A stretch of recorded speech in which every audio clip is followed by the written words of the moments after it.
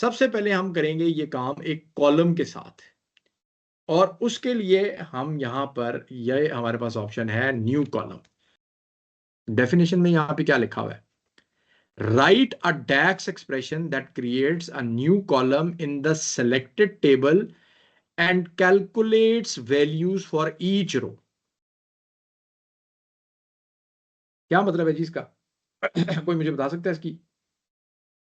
Yes, वो ये कह रहा है कि आप जब ये न्यू कॉलम क्रिएट करेंगे तो जिस टेबल में आप ये कैलकुलेट कर रहे हैं उसमें आपको एक डैक्स का एक्सप्रेशन लिखना पड़ेगा, and it calculates values for each रो।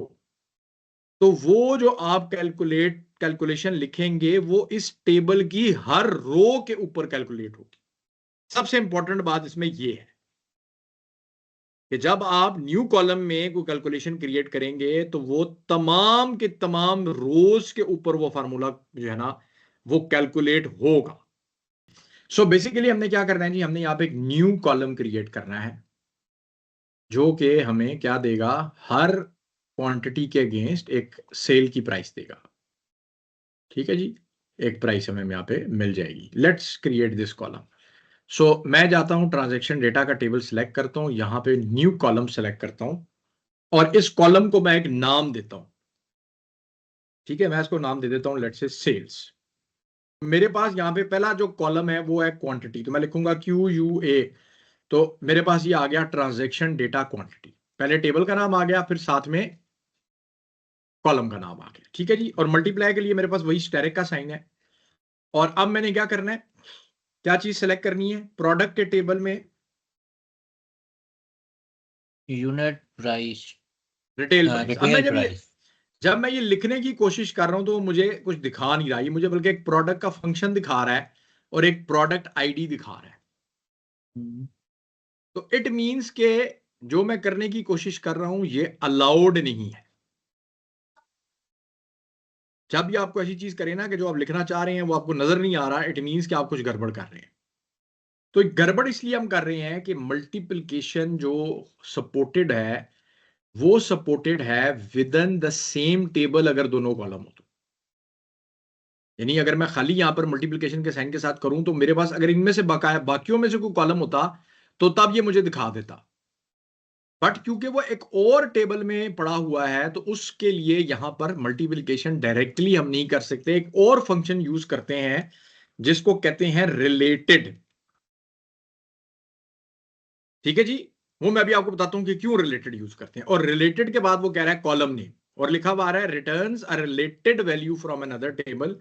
और यहां पे अब हम प्रोडक्ट के अंदर जो हमारी प्रोडक्ट की रिटेल प्राइस पड़ी है उसको सेलेक्ट करेंगे और एंटर करेंगे। ठीक है जी, तो अब आप ये गौर फरमाएं कि यहां पे हमारे पास हर एक के अगेंस्ट हमारे पास एक वैल्यू आना शुरू होगी।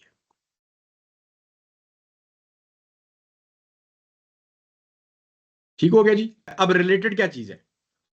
रिलेटेड ये है कि आपकी रिलेटेड रिलेशनशिप से निकली है, बिकॉज हमारे पास ये जो ट्रांजैक्शन डेटा और प्रोडक्ट के टेबल के दरमियान एक रिलेशनशिप है, तो हम रिलेटेड का फंक्शन इस्तेमाल करके प्रोडक्ट के टेबल से ये वाली वैल्यू उठा सकते हैं, बिकॉज हम जो कैलकुलेशन कर रहे हैं ये हम कर रहे हैं ट्रांजैक्शन डेटा में। सो रिलेटेड का फंक्शन कब आप यूज कर सकते हैं कि अगर आप दो टेबल्स के दरमियान जिनके दरमियान एक रिलेशनशिप एग्जिस्ट करती है उसमें कैलकुलेशन क्रिएट करें अगर वो many side of the relationship के ऊपर हो। ठीक है, अगर आप many side of the relationship के ऊपर बैठे को कैलकुलेशन कर रहे हैं या कॉलम क्रिएट कर रहे हैं तो आप one side of the relationship से रिलेटेड के मदद से कोई भी कॉलम उठा के उसको मल्टीप्लाई कर सकते हैं। हम वापस कैनवस पे आते हैं और अब हमने यहां पर जो ये क्रिएट किया था, जरा एक तो गौर गौर फरमाएं आप ये कि यहां पर ना अब आपको ये थोड़ा सा डिफरेंट किस्म का एक इसका साइन नजर आएगा कि एक सिग्मा बना हुआ है और पीछे एक टेबल बना हुआ है। मेजर जब हमने बनाया था तो कैलकुलेटर का निशान बना हुआ था, तो ये भी आपको पता होना चाहिए। ठीक है, अच्छा अब मैं एक काम करता हूं कि मैंने जैसे पहले आपको दिखाया कि टोटल क्वांटिटी और मिनिमम क्वांटिटी को जब मैं कैनवस पे फेंकता हूं तो क्या होता है। अब मैं ये सेल्स को उठा के जरा फेंकता हूं तो यहाँ पे मुझे क्या नजर आता है।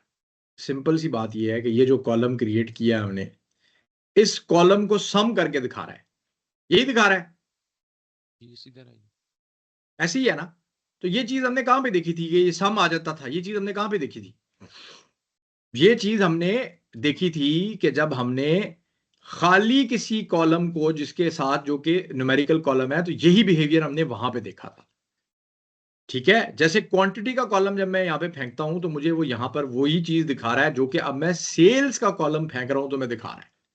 सो इट मींस कि मैं चाहे कॉलम खुद से क्रिएट करूं या मेरे पास पावर क्वेरी से बना बनाया कोई कॉलम अगर न्यूमेरिकल वैल्यू के साथ है तो मेरा बिहेवियर सेम होगा, चाहे इस तरह की चीज हो या इस तरह की चीज हो।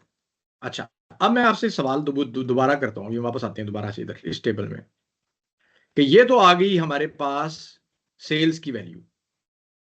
अब अगर मैं आपको कहूं कि यार मेरी कॉस्ट कितनी आई थी हर ट्रांजेक्शन में, क्या मैं ये भी निकाल सकता हूं। जी सर, निकाल सकते हैं। कैसे। Unit cost. यूनिट कॉस्ट से, जो कि प्रोडक्ट के टेबल में ये पड़ी हुई है। जैसे मैंने प्रोडक्ट रिटेल प्राइस यूज की, मैंने प्रोडक्ट कॉस्ट भी यूज कर ली, मैं कर सकता हूं ना ये काम। जी जी सर। तो अगर मैं करना चाहूं तो मुझे इसी तरह ही एक कॉलम क्रिएट कर लेना चाहिए इसी जगह के ऊपर। क्या वो मेरा काम हो जाएगा उससे। यस। गुड, तो करते हैं जी। न्यू कॉलम पे क्रिएट किया मैंने, इसको मैंने कहा cost is equal to what, transaction data quantity multiplied by क्या होगा, रिलेटेड